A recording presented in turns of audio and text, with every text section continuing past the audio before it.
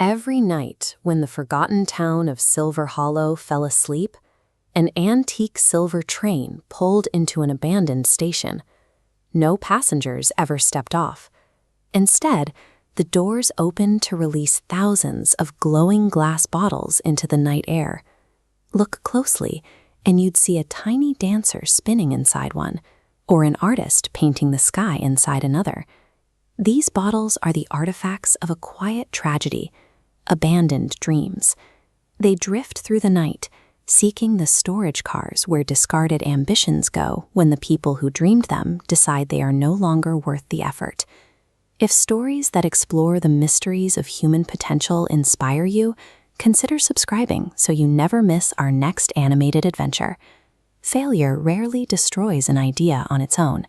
Instead, it banishes the dream to this waiting state, a holding pattern that eventually affects almost everyone. 16-year-old Ethan spent his nights watching the silver cars emerge from the fog. He knew the train didn't leave tracks, but he could hear the whistle echoing against the valley walls. Ethan's bedroom was cluttered with blueprints for machines that could scrub the atmosphere or help disabled children walk again. He saw himself as an inventor who would solve the problems others ignored. But the adults in Silver Hollow saw things differently. They called his designs strange and useless, smiling with a kind of pity that hurt more than an insult. Gradually, Ethan began to agree with them. He stopped sketching. He packed away his tools. He took the skepticism from the town and turned it into a silent internal conviction that he was bound to fail. That decision, the moment he chose to stop trying, was the exact signal the midnight train was waiting for. One rainy night, Ethan followed the whistle to the platform. He didn't just watch this time. He stepped across the threshold and into the glowing carriages. He was met by the silver conductor, a figure who seemed as old as time itself. He was the archivist of the collection, moving among the bottles with a soft, moonlit glow. The conductor explained the rules of the archive. A dream can never be stolen or taken by force. No matter how loud the critics are, they have no power over the glass. Dreams only arrive here when they are abandoned. They sit on these shelves, preserved and waiting, because the connection to their creator can never be fully severed. The conductor warned that reclaiming a dream required more than just wanting it back. To touch the glass again, Ethan would have to stand directly in the path of the very things that drove him to quit. The conductor led Ethan to the final carriage. It was vast and dark, containing only one solitary bottle that pulsed with a steady, deep blue light. Inside the glass, Ethan saw a vision of his own potential. He saw himself presenting his machines to a world that was better, cleaner, and kinder because he had refused to listen to the people in Silver Hollow.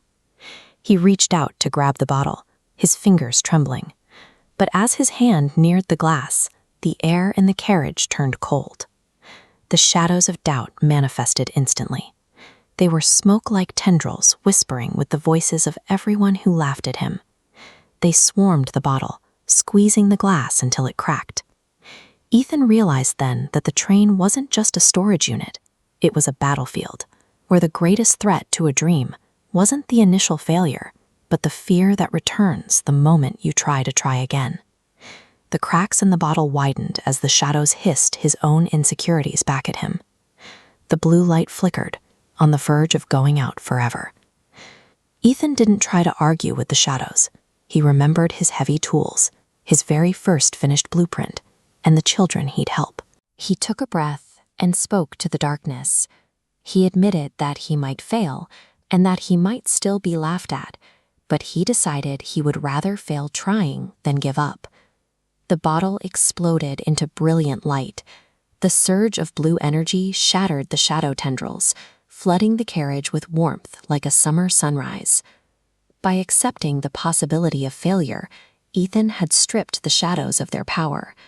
The darkness could only survive as long as he was afraid of being imperfect. Ethan woke up the next morning in his bedroom. The rain had stopped, and for a second he thought the dream train had been a vivid hallucination. But resting on his desk, right on top of his old sketches, was a small metallic silver ticket. It caught the morning light, feeling heavy and cold in his hand. The ticket carried a single condition: return only after helping someone else believe in their dream. Ethan realized that the archive only allows you to keep what you've reclaimed if you use it to protect others. Decades later, the world celebrated Ethan as one of its greatest inventors.